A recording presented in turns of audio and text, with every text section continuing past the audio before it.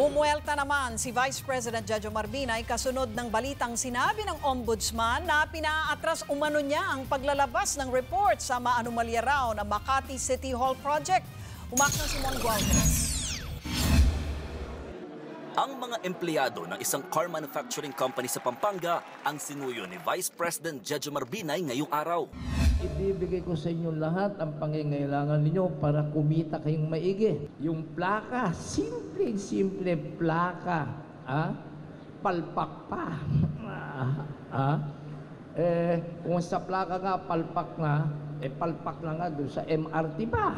O, paano bang, anong klaseng karanasan ho yun? Maraming naging karanasan, pero puros kapalpakan.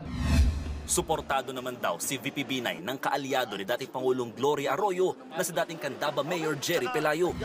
Sa lahat ng lungsod at bayan ng Pampanga, tanging sa Candaba lamang nanalo si VP Binay noong 2010 elections. Tinalo siya rito ni Mar Rojas ng mahigit 200,000 boto.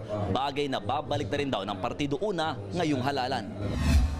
Sa gitna ng kampanya, itinanggi ni VP Binay ang aligasyong kinausap umano niya ang Commission on Audit para wag munang ilabas hanggang eleksyon ang report sa Makati City Hall anomaly. Alam mo, kumbaga sa testigo, ang credibility ng ombudsman napakababa. Sanay na sanay talagang magsabi ng totoo. Kinwestiyon din nila ang pagsama ng whistleblower na si Ernesto Mercado sa sortie ng Liberal Party. Bahagi lang daw ng Oplan-Nognog ang pagtestigo ni Mercado laban kay VP Binay.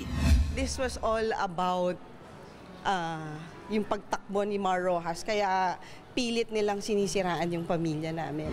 Nitong Sabado, nag-ikot din si Binay sa ilang palengke sa Quezon City. Hirit niya, siya ang tunay na Mr. Palengke. Nung bata ako, namamalengke ko, nakabakya pa ako. Yung mga iba dyan, hindi makahinga-hinga . Pagkalabas ng palengke, nahihilo na. Nag-alcohol pa sa Nag-alcohol pa. Umaaksyon, Mon Gualvez, News 5. Be sure to come back. Use 5 everywhere. Copyright 2016.